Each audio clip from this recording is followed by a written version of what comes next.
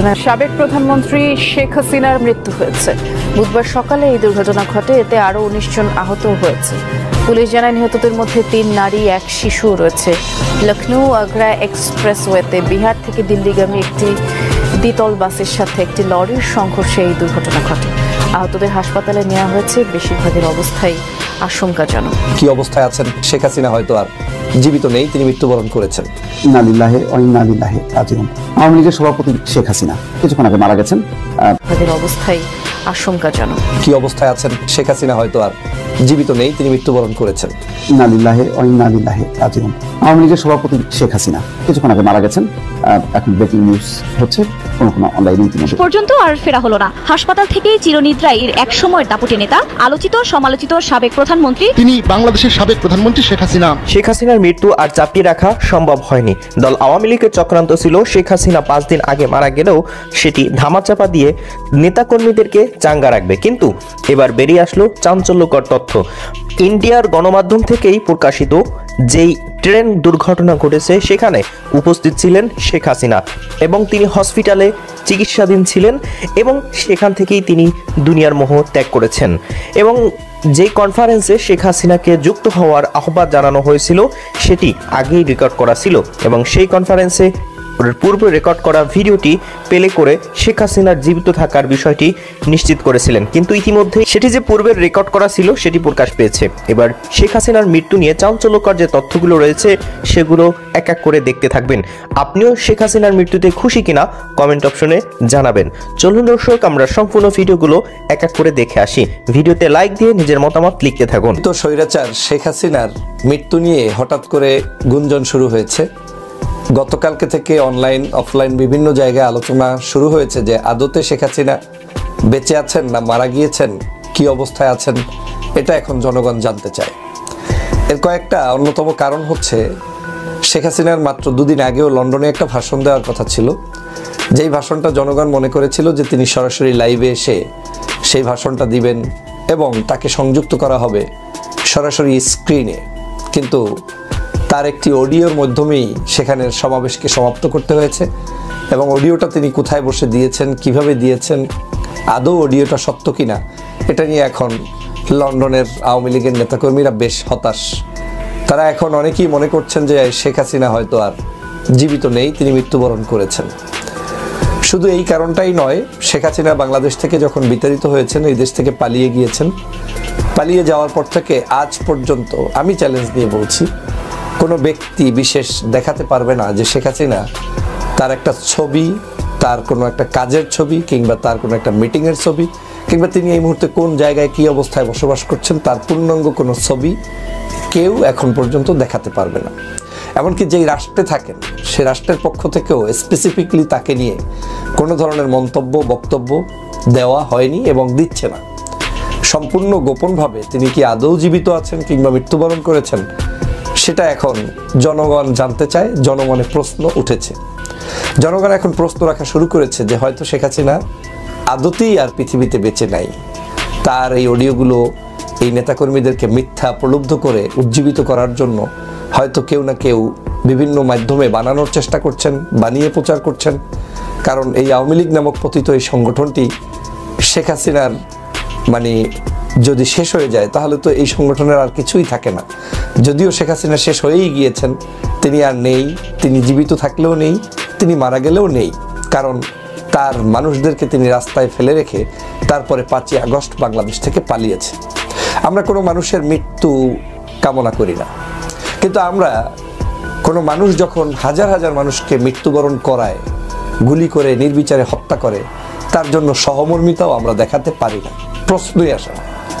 যে কোনো মানুষের মৃত্যুতে মানুষ কষ্ট পায়, কিন্তু বাংলাদেশে আওয়ামী লীগের যারা অপকর্ম করেছে, নির্বিচারে মানুষদেরকে হত্যা করেছে, তাদের মৃত্যুর সংবাদগুলো শুনলে বাংলাদেশের মানুষ কেমন জানি সেখানে শুকরিয়া আদায় করে।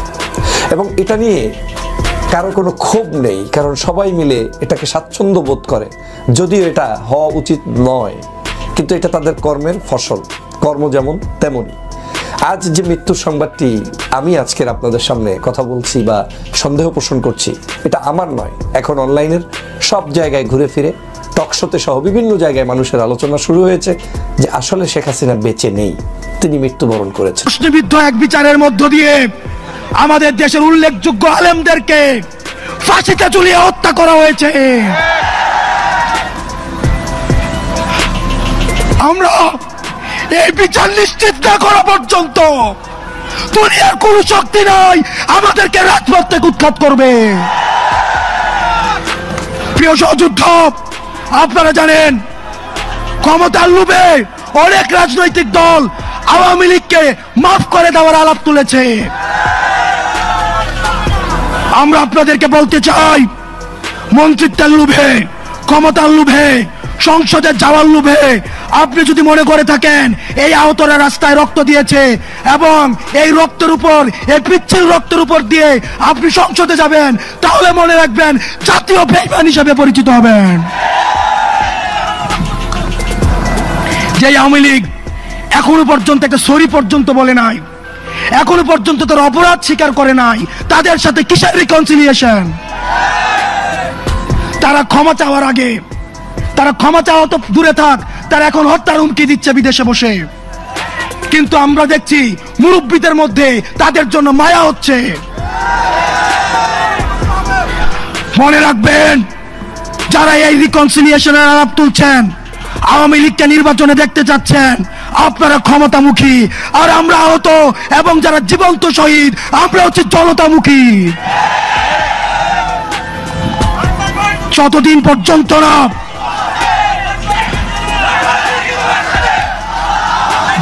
পর্যন্ত না আওয়ামী লীগের বিচার নিশ্চিত হবে, ততদিন পর্যন্ত আগে বিচারের প্রশ্ন। আমি মুরব্বীদেরকে বলতে চাই, যারা বিশেষজ্ঞ রাজনীতিবিদ আছেন, যারা রাজনীতি করছেন, আপনারা ক্ষমতায় যাবেন, গণতন্ত্র প্রতিষ্ঠিত হবে, ভোটাধিকার প্রতিষ্ঠিত হবে, এগুলোর জন্য আমরা আন্দোলন করেছি। কিন্তু আওয়ামী লীগের বিচার নিশ্চিতের পূর্বে তাদেরকে যদি আপনারা রাজনীতির ময়দানে ফিরিয়ে আনতে চান, তাহলে এই আহতদের রক্তের উপরে পাড়া দিয়ে আপনারা তাদেরকে মাঠে আনতে হবে। আমাদের এই পার্শ্ববর্তী দেশ এখন বাংলাদেশ যাদেরকে জঙ্গি স্বীকৃতি দিয়েছে, তাদেরকে এখন পার্শ্ববর্তী ভারতে আশ্রয় দিচ্ছে। এই ভারতের বেতনভুক্ত কর্মচারী শেখ হাসিনা ভারতের প্রেসক্রিপশনে এই গুম, খুন, হত্যাকাণ্ডগুলোকে চালিয়েছে। শেখ হাসিনা বেঁচে থাকলেও তাকে মেরে ফেলা হবে, কারণ শেখ হাসিনা তিনি যে গণহত্যা চালিয়েছেন, জুলাই এবং আগস্টে যেই ছাত্রদের বুকে গুলি চালিয়েছেন, এটি তার নির্দেশই হয়েছিল হাইকমান্ড থেকে, এটি কিন্তু প্রকাশ পেয়েছে। অর্থাৎ বাংলাদেশে একটি খুন হলেই তার প্রতিদান হিসাবে, অর্থাৎ তার বিচার কার্য দিবসে তাকে কিন্তু ফাঁসি দেওয়া হয়। কিন্তু শেখ হাসিনা যেদিন বিদায় নিবে তার আগের দিনও 2000 মানুষকে গুলি করে হত্যা করেছে এবং তিনি ক্ষমতায় টিকে থাকার সর্বোচ্চ চেষ্টা চালিয়েছেন। সেনাপ্রধান ওয়াকারুজ্জামানকেও কিন্তু শেষ পর্যায়ে ধুমকি দিয়ে আবারও কড়া নির্দেশ দিয়েছিল, যেমনি হোক ছাত্র জনতাকে বাধা দেওয়া হোক। কিন্তু ওয়াকারুজ্জামান মানুষের বুকে তাজা রক্ত দেখে তিনি তার সন্তানদের কথা মনে করে তিনি কিন্তু শেখ হাসিনার কমান্ডকে অমান্য করে শেখ হাসিনাকে পালিয়ে যেতে বাধ্য করেছিল এবং শেখ হাসিনা কিন্তু পালিয়ে গিয়েছিল। দর্শক, শেখ হাসিনা বাংলাদেশে ফিরে আসলেও তার সর্বোচ্চ শাস্তি মৃত্যুদণ্ডই হবে, কারণ তার নির্দেশেই বড় বড় আলেমদের ফাঁসি দেওয়া হয়েছে এবং তার নির্দেশেই জুলাই গণহত্যার আঞ্জাম দেওয়া হয়েছে। এই বিষয়গুলো সম্পর্কে আপনার কি মতামত কমেন্ট অপশনে লিখে যাবেন।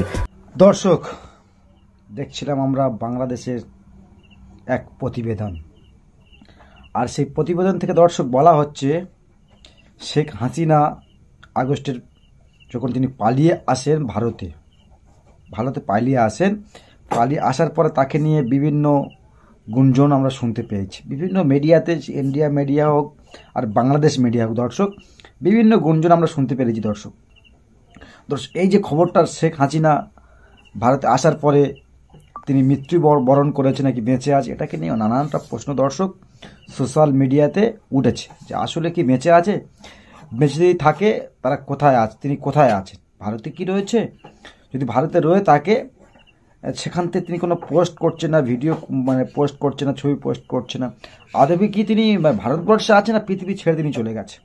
আর যদিও তিনি বেঁচে থাকে তাকে গণধোলাই দিয়ে মেরে দেওয়া হবে, কারণ দর্শক বাংলাদেশের নাকি জানি না তাদের যে সংবিধান রয়েছে তাদের নাকি আছে যে কেউ যদি কাউকে হত্যা করে তাকে হত্যার বদলে হত্যা ফাঁসি দিতে হবে।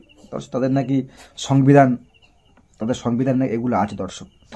আর ভারত তার বিপদ দেখে আছে দর্শক, যে যুবক যে বক্তব্য রাখছিল দর্শক, আমরা দেখছিলাম যে যুবক বক্তব্য রাখছিলে, তার রাগ তার ক্ষোভ এখন ভারতের দিকে দর্শক। একটাই কারণ দর্শক তার রয়েছে, স্বৈরাচারী সরকার শেখ হাসিনাকে আশ্রয় দিয়েছে ভারতবর্ষ, পার্শ্ববর্তী দেশ বাংলাদেশ, ভারতবর্ষ। মোদী সরকার নাকি তার আশ্রয় দিয়েছে, এমনটা বাংলাদেশের নেতা কর্মী এবং সাধারণ মানুষ জানাচ্ছে যে হাসিনাকে ইমিডিয়েটলি মোটামুটি বাংলাদেশে পাঠাতে হবে, খুব জরুরিভাবে বাংলাদেশে পাঠাতে হবে, কারণ বাংলাদেশের মানুষের হাতে তুলে দিলে তারা নাকি দর্শক বিচার করবে। নানানটা দিক দিয়ে নানানটা অভিযোগ দর্শক আছে, মানে আছে তার বিরুদ্ধে।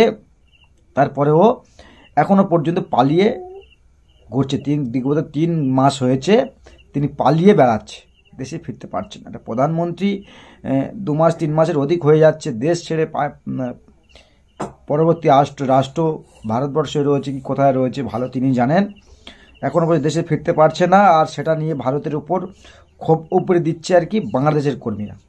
কিন্তু আমাদের প্রশ্ন এটাই, যদি হাসিনা তিনি পালিয়ে আসে ভারতে, তাকে ফেরত পাঠানো হোক না, তাকে ফেরত পাঠানো হোক, কারণ তার জন্য যদি এত ভারতের সঙ্গে বাংলাদেশের শত্রুতা বেড়ে যায়, বা ভারতের থাকার কারণে যদি শত্রুতা বাংলাদেশের সঙ্গে ভারত করতে চায়, বা তারা শত্রুতা করতে চায়, এখন হাসিনা ভারতবর্ষে আছে বলে কিন্তু বাংলাদেশের মানুষরা ভারতের ওপর ঘৃণার নজরে চাকাচ্ছে, মানে ঘৃণার চোখে দেখছে।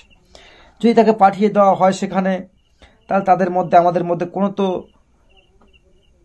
মানে বিভেদিতা থাকলো না, কারণ তারা যে আমাদের উপর যে আতঙ্ক নিয়ে কথা বলে, যেভাবে কথা বলে যে তাদের শত্রু আমরা, কিন্তু অ্যাকচুয়ালি বাংলাদেশ একটা ছোট্ট দেশ, 90% মুসলিমের বসবাস, তাদের সঙ্গে তো আমাদের কোনো শত্রুতা নেই, আমরা তো বন্ধুত্বের হাত বাড়িয়েছিলাম বা এখনও পর্যন্ত রয়েছে, আমরা ভারত থেকে মনে করি, কিন্তু তারা আমাদেরকে মনে করছে শত্রু দর্শক।